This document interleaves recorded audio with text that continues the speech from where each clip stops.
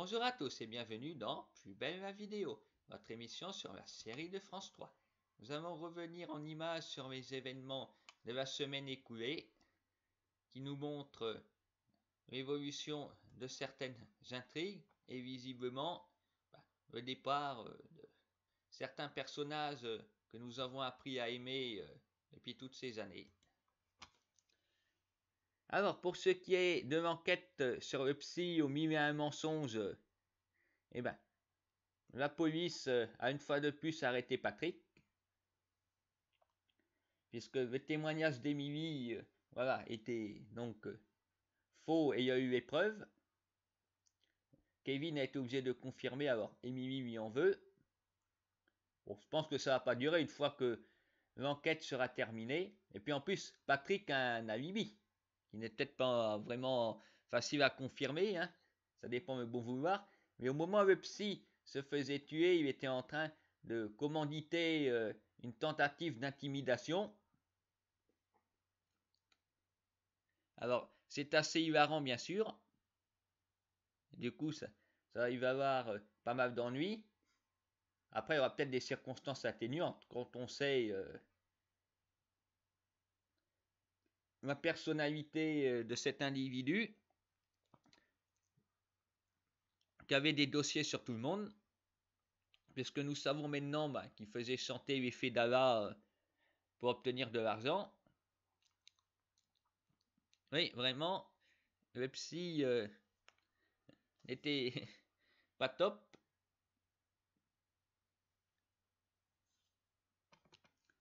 En plus, les faits d'Allah ont payé saute par part du scandale, parce qu'on peut supposer que ce genre d'information n'a aucune valeur si c'est donné à la police, il filme les patients à leur insu, il est tenu au secret professionnel. Voilà, un avocat aurait pu contester cette histoire sur le trafic d'organes, mais bon. Après, Allison veut se rattraper en s'occupant des neveux d'Elsa. Ouais, en fait, eux, on ne les voit pas. Voilà, c'est vrai qu'on nous a dit ils sont là, on ne les voit jamais. On ne sait pas s'ils vont lycée ou autre. Sinon, on part de lycée, ben voilà. Nos lycéens adorés ont tous réussi à avoir le bac. Et du coup, maintenant tout le monde se sépare. Tout le monde poursuit ses études ailleurs. Après, je suis étonné que Mila s'en aille en laissant Jeanne dans le coma, mais bon. Elle n'a plus l'air de se préoccuper beaucoup d'elle. Je trouve que c'est un gros problème dans les scénarios. Si Jeanne se réveille un jour, Mila va peut-être appliquer vite fait. Alors, va-t-on revoir nos lycéens de sitôt? Peut-être pas. Bon. Il y aura peut-être Antoine qui reviendra incarné cette fois par un autre acteur pour justifier du changement de sexe.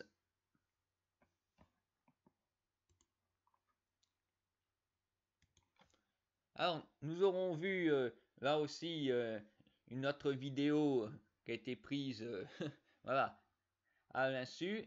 Alors, en plein conseil municipal, l'enterrement de vie de jeune fille de Samia, avec elle qui se déshabille, c'est montré sur les écrans. Et puis, bien sûr, il faut que Barreau, qui est derrière tout ça, soit en train de réclamer la démission de Samia. Parce que, comme elle dit, c'est de la vie privée. De toute façon, on fait de politique, il n'y a pas de vie privée peut-être, mais quand on voit les casseroles de Lugan, entre autres, hein, on se dit que ce genre de choses ne fait de mal à personne, contrairement à l'effondrement d'un gymnase. Ceux qui s'intéressent ont vraiment du temps à perdre. Après, les autres aussi qui sont sur les vidéos sont éclaboussés, puisque Blanche a subi les reproches de Noé. Noé d'ailleurs il va changer d'interprète, hein.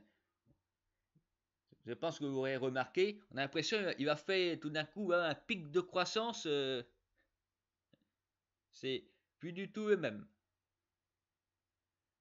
Quand on pense qu'il a que 12 ans, ben là, tel qu'on le voit, on se dit wow. Et bon, Noé a toujours été précoce, hein. Il n'avait pas un an, il savait déjà parler. Alors voilà, on dit ils grandissent trop vite. Ben là, c'est le cas parce que normalement, bah, il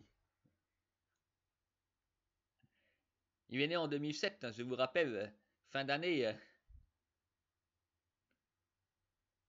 Alors, il aura 13 ans fin 2020. Alors, tel qu'on le voit aujourd'hui, je me dis, oh, lui, il a vraiment cet âge-là? Je ne sais pas. Qu'est-ce que nous fait plus belle la vie? Après, c'est dommage, Johanna n'est pas là parce que Blanche, c'est une spécialiste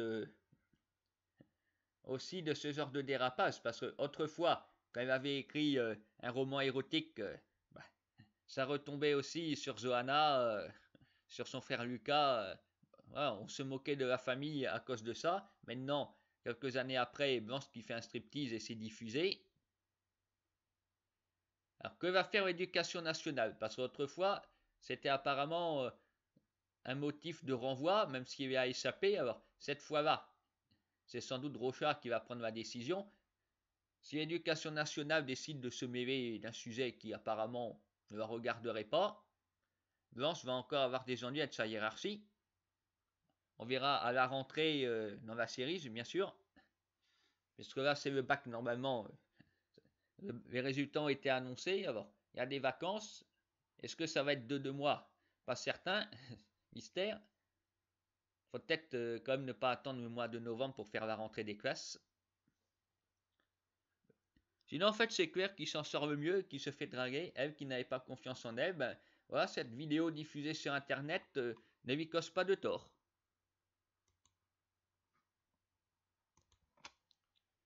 Et nous aurons vu Barbara qui a décidé de continuer à travailler pour Elena, même si elle va coucher avec son mari. Et ainsi, elle est témoin de ce qui se passe entre César et Elena. Des réunions de travail très tactiles qui ne demandent qu'à déboucher sur des rapports plus privés que professionnels.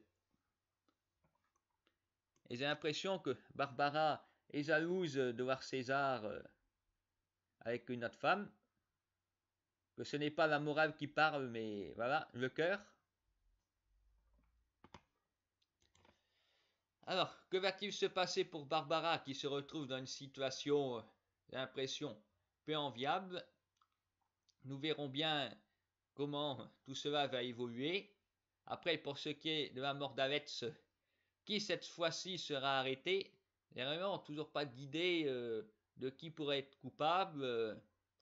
Est-ce que c'est Stan qui le voit sous forme d'hallucination? En même temps, on n'a pas beaucoup vu Stan cette semaine. Alors, un membre du clan Fedala. Mystère, mystère.